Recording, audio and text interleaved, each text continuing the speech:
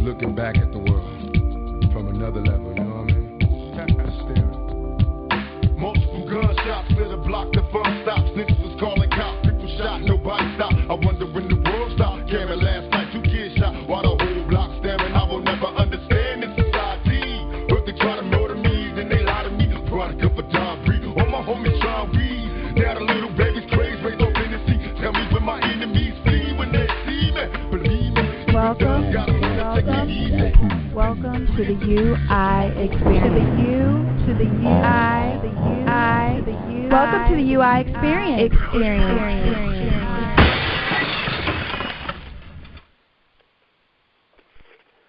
Good afternoon, UI and fellow listeners out there in radio and web land. This is yours truly, Jalal Tariq, with the latest edition of Real Talk with Jalal Tariq. And basically, I'm tired. I have these 2 little old 2-year-old girls that both of them sick, but they sick on different schedules. So a brother ain't got no sleep in the last 3 days, plus work, et cetera, et cetera. But y'all don't want to hear about my problems. As usual, I welcome everybody. I appreciate the support that you guys have shown the Real Talk show up to this point, and hopefully you'll continue to show that same support in the future. Today I'm joined, as usual, by my partner in consciousness, Terry Banks. Terry Banks, say hello to the people. Hello, people. See how easy that was? Hello, people.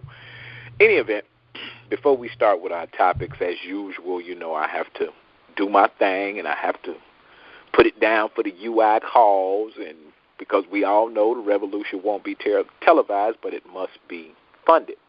So, if you want to become a card-carrying member of Urban Intellectuals, go to urbanintellectuals.com/members, and for the low price of $24 a year, that's $2 a month, you can become a member of something that's trying to do something positive. We're trying to lay bricks in the foundation, and although we might not be the ultimate carpenters or the ultimate builders, we at least want to lay the foundation.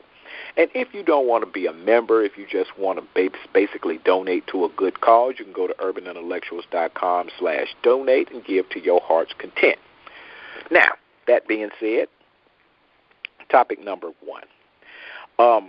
And I've been thinking about doing this for a while, but I keep getting pushed back with other things that might come that might be just a little bit more beneficial or a little bit more timely and relevant at that time. You know, after all, you know, Tink Tink went to jail for 5 years. Polar Tink Tink, but that's a whole other story too. But I want to talk about the message and the marketing of today's hip hop.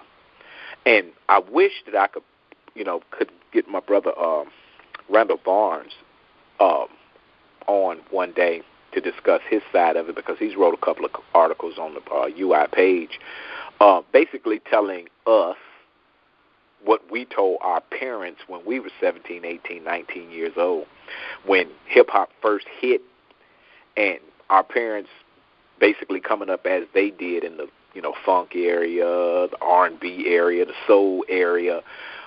You know, they basically came to us and like, why are you listening to that garbage? And hey, mama, if you didn't like it, don't listen to it. And that's basically the gist of the article that, he wrote on UI, and he made some good points about it, that today's kids are going to be today's kids. They don't like a lot of the things that we like, just like we didn't like a lot of the things that our parents liked. That being said, I kind of wanted him to get on because I wanted him to basically expound on that thought. And I wanted to ask the panel today, which I think is only Terry right now, because I haven't looked at my computer. But what do you think about the differences between today's hip hop? We're gonna deal with the message first. Today's hip hop, going back to when we were coming of age, and hip hop basically just hit the scene. With the Sugar Hill Gang was out, the Treacherous Three, Kool Moe Dee, LL Cool J when he was young and relevant. Then we went into the black nationalist hip-hop, the X-Clans, and the Poor Righteous Teachers, et cetera, et cetera. What do you think is the main difference between that hip-hop and this hip-hop? And do you think that the images and the, I guess, oral aspect of it is helpful or a hindrance to us moving forward as a people? TB, what you think? Well, the message has changed. That's just the flat-out answer. When it first came out, it started out more as just something that we did in the hood. All the different black folks, us young black kids back then, would just get together and put some instruments together and plug in some amps and just start kind of doing this poetry type talking. And it just developed into hip-hop, in which we were just talking about different things. And it wasn't anything violent. It was just having fun, go to the party, have yourself a good time. Just enjoy as much as you can black life with all the difficulties that we have to deal with. So the message just dealt with just try to survive in your neighborhood, have fun, enjoy yourself. And somehow it has now evolved into something completely different, in which the message now deals with violence and sexual immorality and the how I want to say it, celebration of selling drugs and being a thug type person. So the message has switched over from what was once just kind of an innocent message of black folks, young black folks in the hood having fun, to now, trying to defend the fact that, you're a thug and you like to be loud and cuss and fuss and act a fool. So that's where it's changed. In terms of the marketing, it's changed because, once white people got involved and realized that they can make millions and millions and millions of dollars off of it, they now are going to support the production of this kind of music because they can make money off of it. When it first began, they couldn't make money off of it. No one was interested. Only the people in the neighborhoods were interested. So you notice there were no huge white corporations. There were no huge white record companies coming into Brooklyn, coming into the Bronx. They were scared to even come into the Bronx, first of all, but they weren't even concerned or even trying to come in there and pull out any of those underground artists and any of those kids and say, hey, we want to make you rich. But again, that's changed because you can see what celebrating that type of lifestyle is doing. Number one, it's stereotyping who young black kids are. It's saying that this is who these black kids are. They're criminals. They're thugs. They don't care about anything. So they're helping to perpetuate that by giving the kids $1 million and saying, hey, go sing about how stupid you are and how ignorant you are, how much you like to be violent and make illegitimate babies. And, of course, the kids are saying, hey, I'm broke. I ain't got no money. I'm going to take this $1 million and I'll sing about whatever you want me to sing about. So because it's being marketed and because it's being backed by the white media and particularly by these record labels, it's going to continue. I mean, who's going to turn down, a contract that says we'll give you, $2, $3, $4, $5 million to say, black folks, ignorant black folks like to kill. Give me my drugs, where my hoes and all that. So that's what it's become.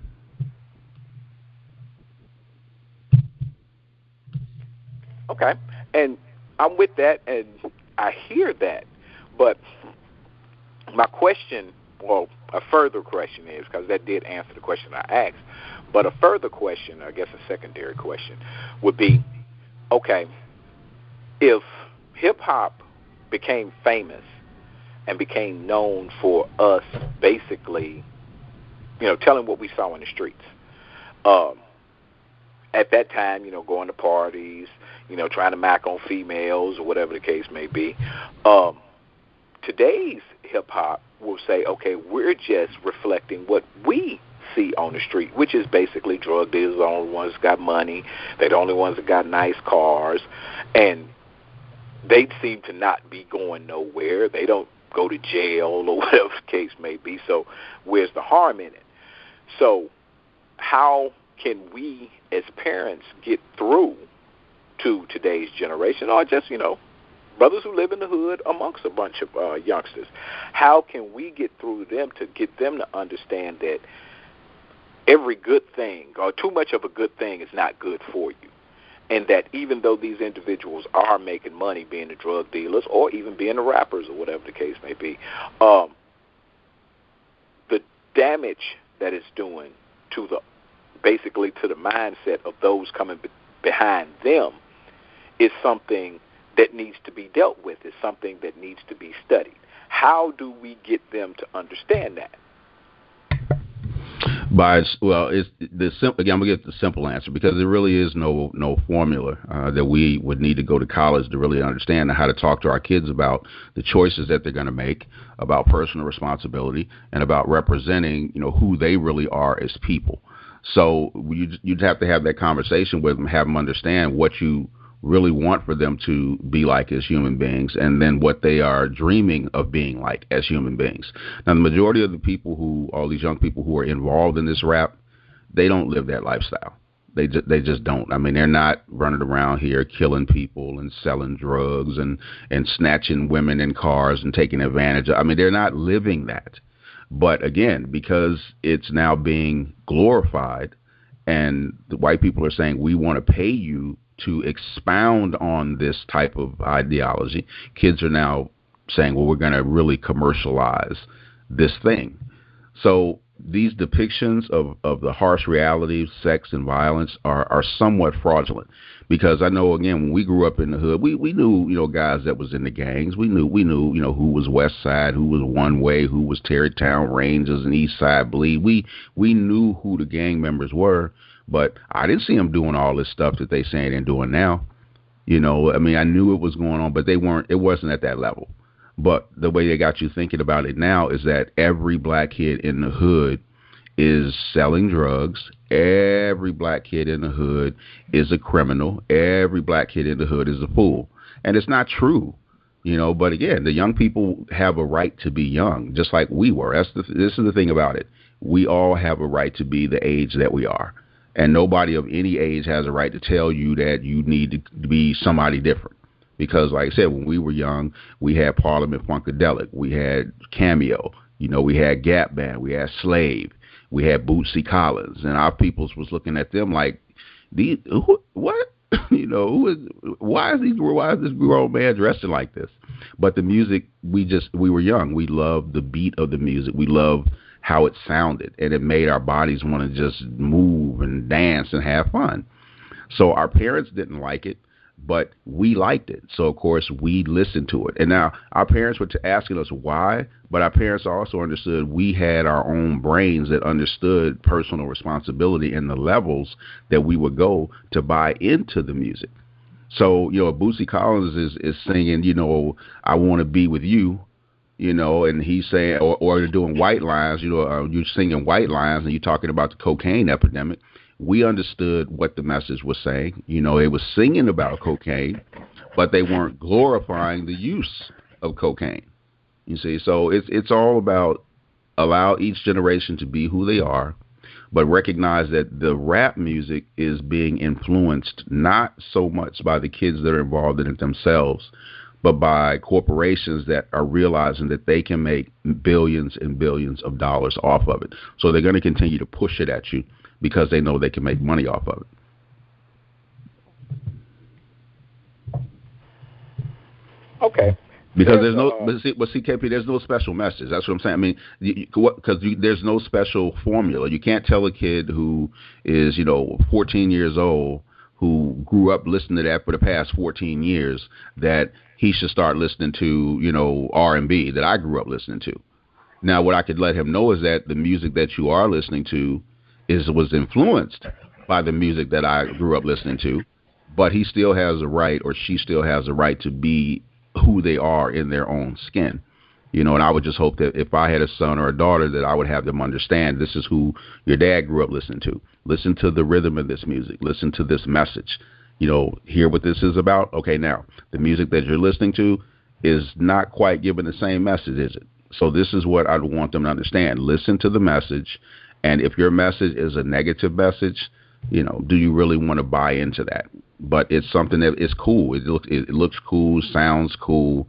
Wearing the pants down off your butt, that's the way they wear them. That's supposed to be cool. And it's hard to tell the kids not to be cool. Like when we wore afros and then we had stacked shoes and bell bottoms, that's what the style was. So it's hard for an adult to tell us not to wear that.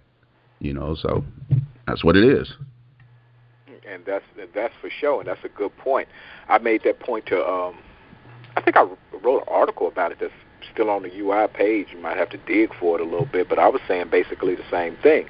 When dashikis first came out, afros first came out, the first thing our parents said was, you know, why don't you go get a haircut? You know, why you wearing all them loud clothes? You know, you become a target to the police. Police ain't gonna have to look. He just shoot in your direction and hit you because your clothes so loud. And you know, this mom and daddy, it's not about that. You know, we cool. This is the style. So I agree. That's basically what children are saying today. Now, as far as basically taking the music to a new direction and basically reining it back in, I don't think that is actually going to happen until basically society just has to move on. It has to move on to a new fad. That's what's going on. Now, there are those out there who believe, and I'm not saying this right, I'm not saying this wrong, I'm not saying it's valid, I'm not saying it's not valid, I'm just putting it out there. There are those out there that believe that there was this big meeting amongst all or most of the major record labels, and you know, you had invitation only, and if you didn't want to hear it, then they made you leave, and they told you if you tell what goes on in this meeting, we gonna, you know, snuff you later on. And yeah, you see that meme on Facebook and on other websites for the last I don't know how many years. Whether that's true or not remains to be seen. But it does seem that hip hop did take that left turn and start going more into things that are harmful to the community as opposed to things that were uplifting to the community, where hip hop was at one time. And Patrick, I know you've been listening, and I kind of want to bring you in on this because I know that, you know, you are an aspiring young rapper. I think when's your CD come out? Do they do CDs anymore? When you drop it on iTunes, I think that's what the kids say now. But what's your thoughts on this? Because I think that you've been listening mostly from the beginning. I am not an aspiring rapper. Let me clear that up. As far as the music, I'm sorry, repeat the initial question because I got caught up in Terry's response. He had me thinking about a lot of different things. Well, the original question we were talking about the message and the marketing of hip-hop and whether or not, basically based upon what young Randall wrote on UI, you know, the basic theme is if you don't like it, don't listen to it. Basically the same thing that we told our parents when, you know, we first started listening to hip-hop when hip-hop was an entirely different thing. And whether or not those images and those messages that's being sent out by hip-hop today, whether or not they are truly damaging to the community. And to bring another point to it that I didn't ask Terry that he'd probably want to expound on later, but do we not give our kids credit from being able to discern entertainment from reality? Do all kids who listen to hip-hop want to grow up to be gangbangers and thugs and et cetera, et cetera, et cetera? Well, starting with that last one and moving backwards, I don't think we give our kids enough credit. I do think there are kids out there, and I think, honestly, the vast majority of children can identify, they're old enough to identify, you know, what's real from what's not. The problem comes in when you're in those impoverished communities or those communities that don't have any kind of culture to counterbalance what they're hearing in the music. I think then you start running into issues of kids assimilating the music and then, you know, reality turns into fiction, which turns into reality.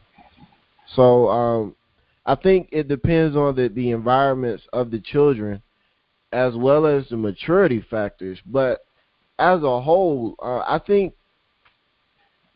because of where we are and what we're experiencing and the environments that so many kids are growing up in, I think hip-hop is not positive. I don't think it's beneficial. And so that's my biggest beef with it right now. It's not necessarily that I think it's detrimental, although I definitely think it has some damning impacts and it has some messages that definitely have helped to create the culture that we have nowadays, but I don't think that it's beneficial. And I think that anything that's not beneficial in some way should be thrown out. And right now, hip-hop is not beneficial. I mean, most of the messages are derogatory or destructive. I'm talking mainstream here. We all know you can go off the beaten path and find the most wonderful music you've ever heard. But mainstream hip-hop, I mean, and to be honest, it's largely not even black anymore. I mean, I think hip-hop has gone the way of rock and roll, to be completely honest with you. And I think it's one of them things where it's time for us to just understand the vested interest. We created it. We want it. But, I mean, if all of the young, inspiring artists only have deals to grow up and get only have aspirations to grow up and get a major record label deal where they're going to be told to coon and drop their parents and put on this image or this persona, you know, you got guys like Plies who speak very well educated and have very good diction and grammar and enunciation, and when they get on a record, they sound like plumb fools. You know, you got plenty of guys like that who sound one way when they're talking. You can tell they're very educated, very smart, very eloquent, but because the image that they have to sell in order to sell, they act a fool. So, and that, to go into, you know, kind of what Terry was saying, that kind of determines a lot of what's viewed as cool nowadays. You know, whatever you see on TV is cool, and that's all you're seeing on TV. It also creates the stereotypes and this, that, and the third that black people are frequently boxed into. But you have those guys who are extremely eloquent, but because they're forced to sell this image in order to make money, and because they largely come from poverty, they sell the image. So if you have the majority of your youth aspiring to, or the majority of your artistic youth, should I say, aspiring to that level in some way, shape, form, or fashion, they want to cross over and be mainstream, then you're setting yourself up for something that's very, very, very not good for you or your future. So that's my biggest beef with hip-hop, and that's, you know, and to go back to that other point I was making before I got off track on my little rant or whatever,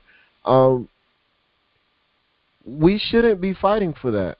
We should remember hip-hop for what it was in the 70s, 80s, and 90s. And we should also see what it is now. And we should, you know, either work to create a new form of expression for ourselves, or work to create our own record labels and media outlets that can control our own music, our own flavor of it. But right now, trying to fight with the mainstream is a losing battle, and it's not even one I think we should be interested in. Hip-hop is over for black people. What was it? Last year, there were no black artists in the top 10 of Billboard, or something or another like that. You know, Macklemore won Hip-Hop Artist of the Year, or something like that. You know, you got Iggy Azalea, who's running the game right now for the females, or something like that. The next best rapper behind her, from what I'm understanding, is this white girl out of California. Macklemore, Machine Gun Kelly, they're both doing extremely well right now. Why are we fighting? Like, why are we upset about this? Hip-hop is going the way of rock and roll. We need to deal with it. It's negative. If we feel it's negative, that's even more reason to let them have it. Let them have it. Let's move on to something else, or let's move back to something else. Let's move on to some new uninvented form of music right now, or let's move back to the old school flavor that we had back in the day. Did I answer your questions? Yeah, that's pretty much covered it all. You know, all three questions that I asked, as a matter of fact. And that was another thing that I had been thinking about as well too. And like I was thinking about what Randall wrote, and considering, you know, how old he is, and, you know, the brother sharp. It's not I mean, it is really, really special that a young brother at his age could be that well-rounded and put an argument out there that is, you know, that cogent, or whatever the word is you want to use. But like you said, the main purchaser or consumer of hip-hop today is suburban white teens. You know, it's when Drake and Lil Wayne do a concert, unless it's specifically going to a black community or a city with a large number of black people that might come there, the majority of the fans that they have, that they play in front of, is actually young white kids. They're not us, you know. And it's like you said, if that's something that they want, let them take it and invent something else. We're not going to call it hip-hop anymore. We're going to call it hop-hip, whatever. But do our own thing and bring it back, because there are conscious artists out there. And I'm not talking about the old school heads. I'm not talking about the Commons and people like that, you know, because nobody really wants to see a 40-year-old rapper. I think that's kind of halfway sad. Me myself, I'm just saying, you know, just letting some people know that, you know, sometimes you need to let the tongue go, you know what I mean? Let the youngsters do something different. Anyway, so that being said, we're going to move on to topic number 2. And this topic was actually put on the page by Leah SD, who basically she was talking about a lady. I don't know exactly where she's from. I didn't read that far into it, but the article was about a lady who actually is raising her mixed kids to be, quote-unquote, race neutral. And I kind of wanted to deal with that, and I kind of wanted to ask basically what everyone's opinion is on raising your children that way. Because, and the reason why I ask this specifically for me is I'm quite sure that everybody has heard me say on numerous occasions, you know, I live in the burbs. And a lot of my son's friends and a lot of the little kids that's in and out my door every day is little white kids, you know. And although they don't come over here and they don't watch, you know, Hidden Colors is not playing on the TV when they get here, although that is an idea. Maybe I can keep some of these little people out my house, black and white, because they eat too much. Although we don't go there with them, it's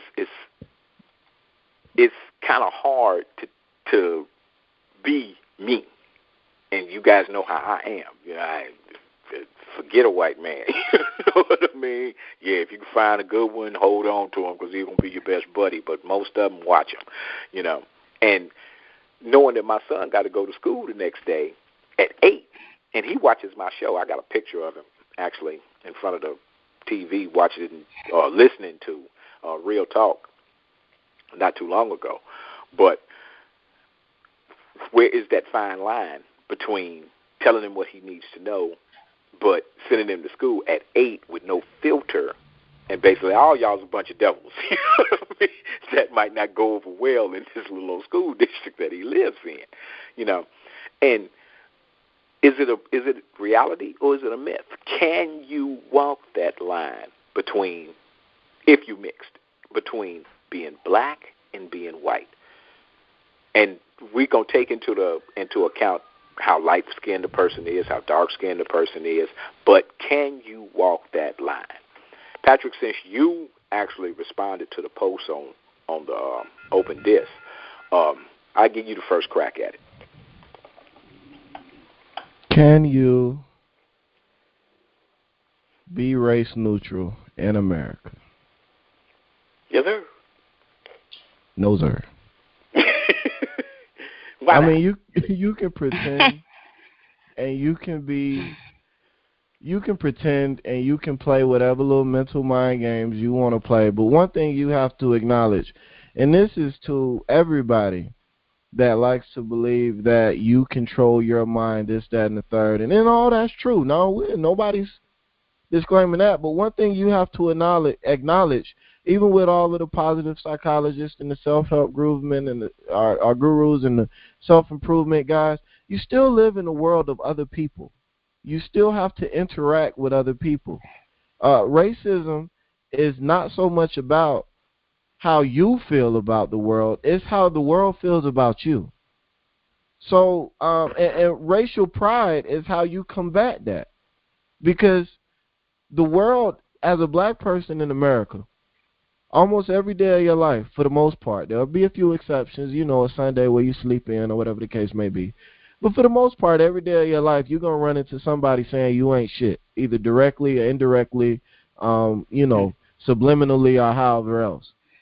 The only way to combat that is to know that you are shit. That's very simple, but that's basically the gist of the statement here. You can't tell kids that they live in a world that is race neutral and then send them out into a world where they're going to have to wait 5 weeks longer to get a call back because they're black. Or they're going to have to work, or they're going to have to take a job with white people that have less credentials or make more money than them because they're black. Or that they're going to have to work twice as hard in school to get the same focus or the same attention or that same grade that a white kid might have to work for. Or that, you can't send them out into this world and not tell them the truth of it and then have them get frustrated when they find out they have to pay the black tax. Everybody pays it. So, the best thing you can do for your child, and study after study has proven this. There was a study out of Kentucky not too long ago that proved this. Children with a sense of racial or cultural pride do better in life in general, period. We saw this. Dr. Amos Wilson said this back in the 80s when he made a little joke about it in one of his lectures. He said, I wonder why is it that black people are so scared to teach their children about being black, but those children who are raised to understand what it means to be black do better in life. It seems like we have a choice to make. Either we want to confront this race thing and do better in life, or we want to ignore this race thing and continue to fail in life. And that's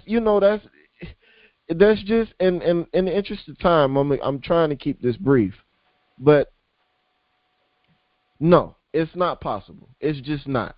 And to try is not only not in your family's best interest, not only not in your child's best interest, but it's not in anybody's best interest. It's not even in white America's best interest. Okay, and I agree with that because Ade actually said that same thing basically in that particular post, that it's not possible, and that his words were, statements akin to these come from a position of privilege. And I tend to agree. I tend to think that the only people that tells you that you don't have to worry about being black are non-black people. The only people that tell you that this is a race-blind society that we're moving towards, look, we have a black president, are white people. Everybody that's on this side of the line of the black experience know what the real deal is. And they're telling their children, or should be telling their children, whether they're mixed or not, hey, honey, I love you, but right now I need to talk to him about this side of it. Just chill out. You already know the deal because that's how you got with me in the first place. You knew what I was about when you married me. So that being said, dig this here, little fella. You know what I mean? When you go out there, so you're not the same. So, Terry, what do you think? Well, just to answer the question directly, no. Because if I had kids or if I were teaching kids, regardless to what their race is, I would not teach them anything about being, quote, race neutral, unquote, or the more popular term is colorblind. We will want people just to somehow walk around in life like we don't see the pigment in each other's skins, and that's dumb as hell. You have to live in your real existence. And this is life. We live in a real existence. The people that you see around you are real people. And we were placed in this earth, and we migrated and moved about in different places, and we became who we are for divine reasons. So why would I teach my kids to ignore who they are? That makes no sense whatsoever. I think sometimes we just want to, we want to try to make this problem with white people being so hateful of other races, we want to try to make that become a nice issue. Like somehow we can make this just go away. if we just somehow say, I'm going to raise my little white child not to focus on your color. Well, are you also going to raise that little white child to focus on the power of the black race, on the strengths of the black race, of all of the good that the black race has done in the earth, all of the things that they have created in the earth? Are you going to focus on that also? Or are you simply going to focus on, well, don't focus on the color? So no, you should not do that. Here's the thing about it. In the 60s, during the civil rights movement, one of the reasons why, Dr. Martin Luther King was kind of attacked by SNCC, which is the Student Nonviolent Coordinating Committee, Stokely Carmichael's group, was because he was basically trying to establish a race-blind standard of saying, judge by the content of character rather than color of skin. But he really wasn't saying only focus on that. What he was saying was go by what the person brings to the table and focus on that in and of itself, and not just necessarily look at, that's a black lawyer, instead of saying that's a lawyer. You see, this is where he was going with it. So those who would want to be for colorblindness are those who are thinking maybe it'll just lead to a more equal society. But it won't, because it would allow whites to ignore the disadvantages of the non-white population. And it would allow them to be able to say, well, racial privilege no longer exists, you see. But we know that that's just not true. And we know that as long as this earth is in existence, until the big boom happens and takes out all of life, you are never, ever, ever, ever, ever, ever, ever, ever, ever, ever going to get every single white person in the world to not hate black people. It's never going to happen. You can mix the races until the cows come home and start singing. You are still going to have the majority of the members of the white race hate people. They hate people who are not white. You see that all across the globe, on every planet. It's something inside of white people's DNA that makes them feel they are the only race on earth that is supposed to be able to live superior and free. And everybody else is supposed to serve them, and that's just what it is. I mean, facts are facts. You see it every place. Look at how they treat Hispanics. Look at how they treat us. Look at how they view Asians. Look at how they view Koreans. Everybody who's non-white, they see as being under them. And you're not going to change that by trying to go with some colorblind way of raising your kids. And you know what? I just got to, because Brother Terry hit on like a bunch of awesome points. And here's the deal. I wrote an article on UI about it actually about 2 years ago now. But basically, when people say, I'm colorblind, I don't see color, like, to me that's interpreted as you're not, okay, so you're saying I'm invisible. You're failing to acknowledge a key attribute of who I am, of where I've come from, of what I've been through, of what it took for me to get to the point where I'm standing in front of you and you're telling me that you don't see me. I mean, and that's like a lack of acknowledgement. That's like walking up to a woman and saying, I don't see gender.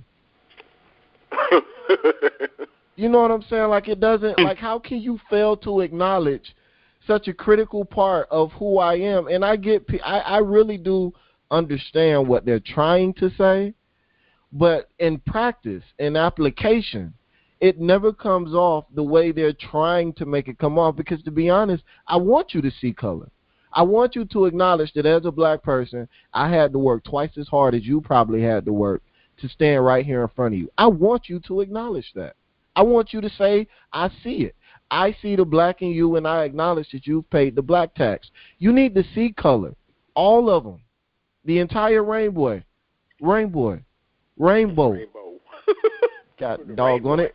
Roy G. Biv needs to be your friend. I'm done. Okay. And I'm with all that. And if I had to piggyback off of any one thing, I would say this.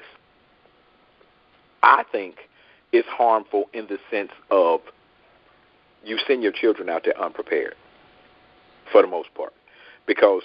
And I think that it causes a certain amount of depression I think it could even cause schizophrenia. Because when you are told your whole life, you're just a human, you bleed red. If you need a blood transfusion, it doesn't matter who the donor is, just as long as it's B positive blood, you will live. When in actuality it's not quite that simple, but we're not going to get off into the whole, science of blood transfusions. But then that child gets out. That child doesn't go to a historically black college or university. That child is smart enough to get into a Harvard or smart enough to get into a Yale, Notre Dame, wherever. And life basically hits them in the head like a 2x4, like a baseball bat with nails just coming out the end of it. And next thing you know, he's leaking blood because he was not prepared for the world as it is. My problem with this is this. Because even more dangerous of not teaching your kids how to be responsibly black is white people's failure to teach their kids that along with their whiteness comes power, comes privilege. So what happens is they grow up with a black friend and, black girlfriend. They grow up listening to Tupac and, sagging and the whole 9 yards, dreadlocks, the whole 9 yards. Get to college, get out of college, grow up, and find out that their whiteness gives them a certain amount of historical as well as contemporary power over everybody else. Then they become their parents. Because I've had friends that I grew up with, tight little white dudes, that you thought was going to be, show enough soldiers for the cause coming from the other end, that grew up and corporate America gave them a few dollars, and, nowadays they basically really don't even want to talk to you because you remind them of what they used to be. You remind them that they now fronting. You see what I'm saying? But that being said, I want to bring special guests on. Leah, you actually started this post on Open Disc, and I've been seeing you in here bobbing and weaving with certain individuals who, let's just say they don't share your same viewpoints on this particular subject. Give us a thought. Give us the last, 5 minutes or so before we move into free fall. Since I stole it from you. Thanks. Can you guys hear me? Yes, ma'am. Okay. That's funny, bobbing and weaving. Well, I thought it was really interesting. Of course, the topic all came up on a major level with Raven Simone a couple weeks back. And that's when, nationally people started to talk about the whole colorless thing. So seeing this article today made me think a little more about it because here's a parent who's actually doing that with their child and has confessed to doing it. And, I said on the thread that my family is similar, not about our blackness, but about our roots. My parents grew up in New York City, but their parents migrated from the West Indies. And when they came, it was just like, oh, yeah, we're here. And they just kind of went into life as New Yorkers. People moved away. Nobody really kept up our West Indian roots. And only recently, when I started to be kind of the advocate in the family for finding out our roots, then people are like, well, Leah, why does that matter? What's the big deal? We're here now. We've lived our lives. We've had our children, and they have a sense of accomplishment. And that actually speaks to Ade's comment just now about privilege because, a lot of my family became successful, so they didn't worry so much about their blackness or anything else like that. So every time, there's a family dinner, my uncle and I, we go at it talking about race relations. Everybody else's eyes are glazing over because they really don't care. And this article just brought all that back around because the less we care, the more it gets out of our hands. And later on, in the long term, we see how it's going to affect our children and our families. So I don't know if the pictures attached to this article are the actual kids.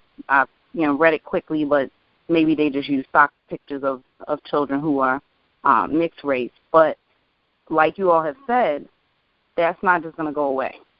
It's not going to be, and I think it was Patrick who said, you don't live in a world by yourself. So it's nice to have self-pride, and you can give yourself all kinds of affirmation, but you have to relate to other people. And the way they treat you, the only thing that's going to combat that is your own self-awareness and your own pride. If you never encounter it, you're not prepared for it. You know, and there's all kinds of things we can do for that, teaching our kids about who they are, why they're beautiful. I would say to these parents, you know, they're mixed race. I would tell them to be proud of everything. You know, their blackness, wherever their white roots are from, if they have ethnic roots, German, Irish, whatever it is, excuse me, to be proud of it, not to hide it and say, oh, I'm colorless. That's not reality. And it just sounds like the kid who wants to wear a Spider-Man costume everywhere, and the parents let them. And there's nothing wrong with that. You know, that's fun. They're a kid. But eventually they have to take the costume off. So teaching them to be naive, it just doesn't sit well. Boom. And, you know, it's funny that you mentioned this picture because I'm actually looking at it now. And I think you're right. That might be a stock picture because neither one of them kids look mixed. But that brings to mind another aspect of the situation. What about those individuals who are able to pass? Because it used to be a time that there were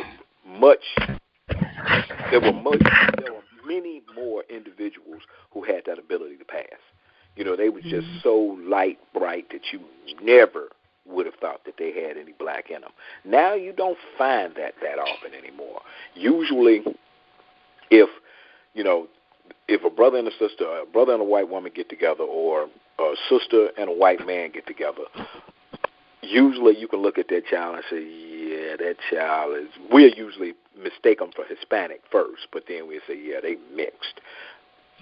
If you're looking at these two little kids, and I'm drawing an image for you, both these kids look like young Doogie Howser, just with dark hair. These could be stand-ins on the Brady Bunch. That's how white they look. If they are mixed, and if they are able to pass and not be subjected to what the average black person in America is actually subjected to, is there anything wrong with that? Oh, I absolutely think so. Sorry. I think there's definitely something wrong with that. I think it's a sense of it's hiding. It's shame to me. It is. It is. And it's funny because I don't know if you all remember the movie The Human Stain. It came out years ago. It was actually based in my hometown in East Orange, New Jersey, which used to be an all-white town. And Anthony Hopkins, his character, he looks like a white man. He goes on to be a professor, has all these different things. But the reality hits him when he brings his fiancée, who's a white girl, home to meet his mother for Thanksgiving. He doesn't think anything of it. She's never asked him about his race. She thought he was Jewish. I think maybe his father was Jewish. And she comes and sits down at the table. They've been dating a while. They're engaged, all of this. Of course, she walks in and sees the black mother. She's polite. She's, nice. They have a great time at dinner. As soon as they walk out the door, she says, yeah, about this engagement, it's not going to work. And, that's the reality check that someone like that would get. And the character they used, I can't remember his name. It recently came out that he's mixed, but he does look white. He was on Jailbreak, that show, Jailbreak, one of the main characters. I know you're talking about the younger of the brothers. Yeah. So, you look at him, you think he's white. And in this movie, he's playing someone who's passing. And, it might seem well and good while they're doing it, but reality is going to settle in, and there you go. Well, I got to jump in because, look, here's the problem with it. You got to look at Jim Crow. Jim Crow here in America, apartheid in South Africa, and Adolf Hitler's Aryan supremacy over in Germany were all based on race. It was based on white people believing they are the only race that has a right to be in the world, period. And there are millions and millions of black lives that are now in the ground, blood crying out from the ground for justice because of this. So you cannot teach race neutrality. You cannot teach color blindness when Jim Crow, apartheid, and Aryan supremacy were all based on color. It was based on the focus that white people believe they are the superior race. So it's just simply absolutely dangerous. And it's actually ignorant on anybody's part who wants to ignore it to try to say we need to just kind of live and not know what color we are. It's retarded. Okay. But what about those people who say, look, that was then, this is now, we're moving forward, and we want to leave a world to our children that doesn't have all this conversation about who's black and who's white. How come we can't all be just human? You know what? The people that don't want to have all this conversation about blah, blah, blah, and blue, blue, blue, and bleep, bleep, bleep are the reason why the situation won't change, are the reason why we're having such difficulty making progress, because white people nowadays are standing up saying that we're discriminated against just as much, if not more, than black people, which is just crazy to even think, but that's what they're saying. Which is one of the reasons why they try to be so pissed off about affirmative action. When the fact is, had you allowed the playing field to be level in the first damn place, it wouldn't be no need for affirmative action. Exactly. So, I mean, to all of those people, and this, I agree with them before, it's plain cowardice. And it's just, at some point you want to claim ignorance, but to a level you have to understand. We understand people can claim whatever demographic they want. That's fine. But like we said earlier, racism, white supremacy isn't about how you see yourself. It's about how the world sees you.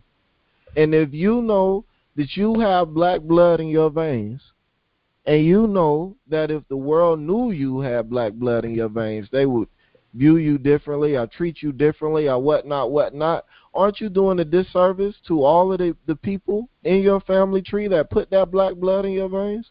Aren't you basically saying, I'm ashamed of one entire half of my family?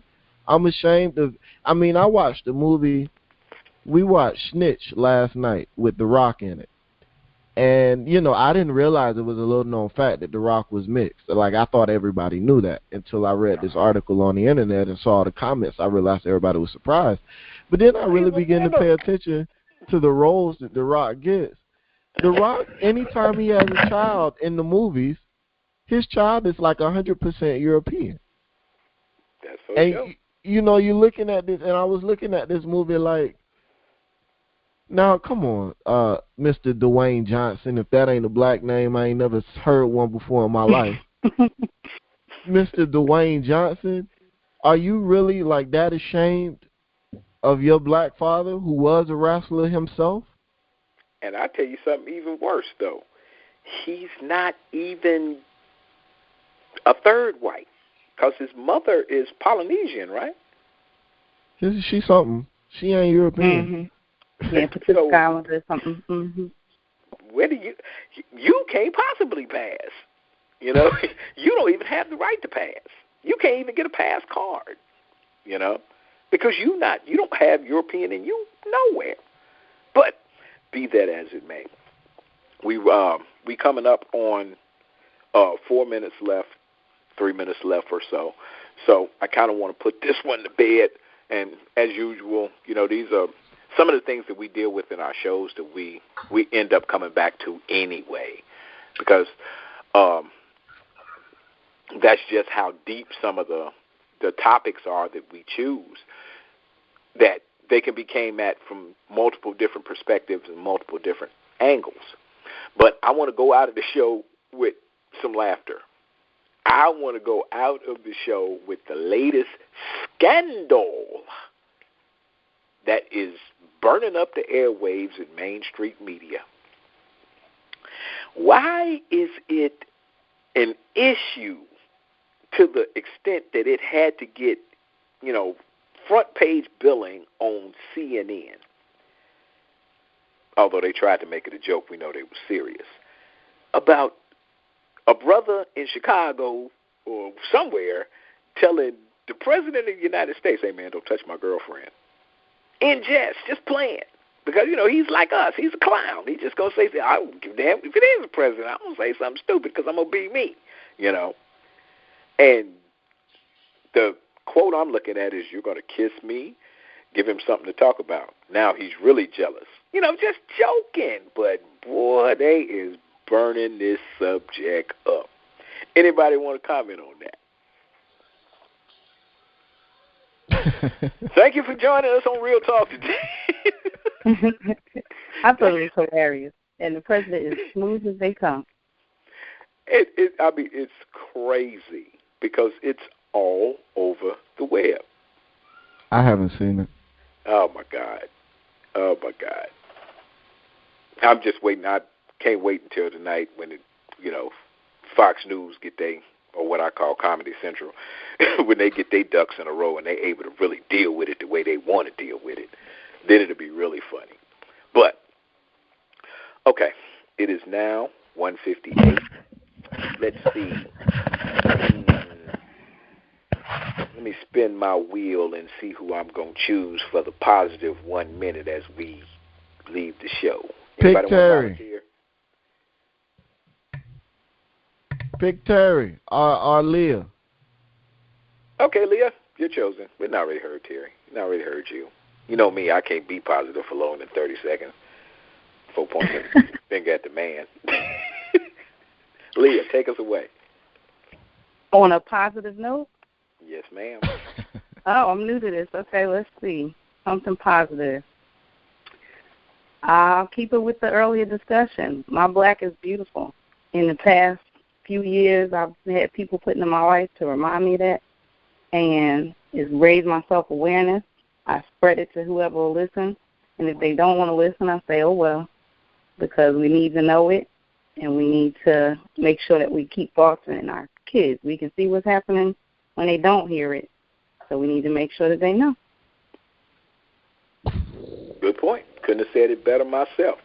And since we're at the top of the 2 o'clock hour, you have been listening to the latest edition of Real Talk with Jalal Tariq, and I ask everybody to come join me every day here at 1 o'clock Central Standard Time. That's 2 o'clock on the East Coast and like 5 o'clock in the morning in the Philippines, whatever.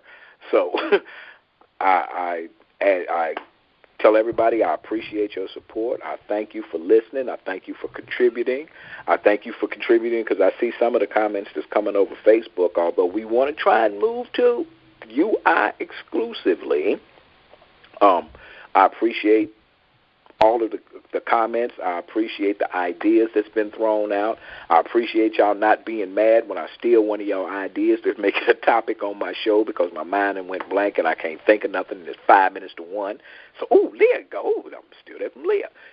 So, as usual, when I end the show, the revolution will not be televised, but it must be funded for the low, low price of $24 a year, $2 a month. You can become a card-carrying member of Urban Intellectuals. Just go to urbanintellectuals.com/members or urbanintellectuals.com/donate if you just want to give to your heart's content to support this, what we think is something very positive and very helpful for our community. And as we move forward, we hope that everybody wants to move forward with us.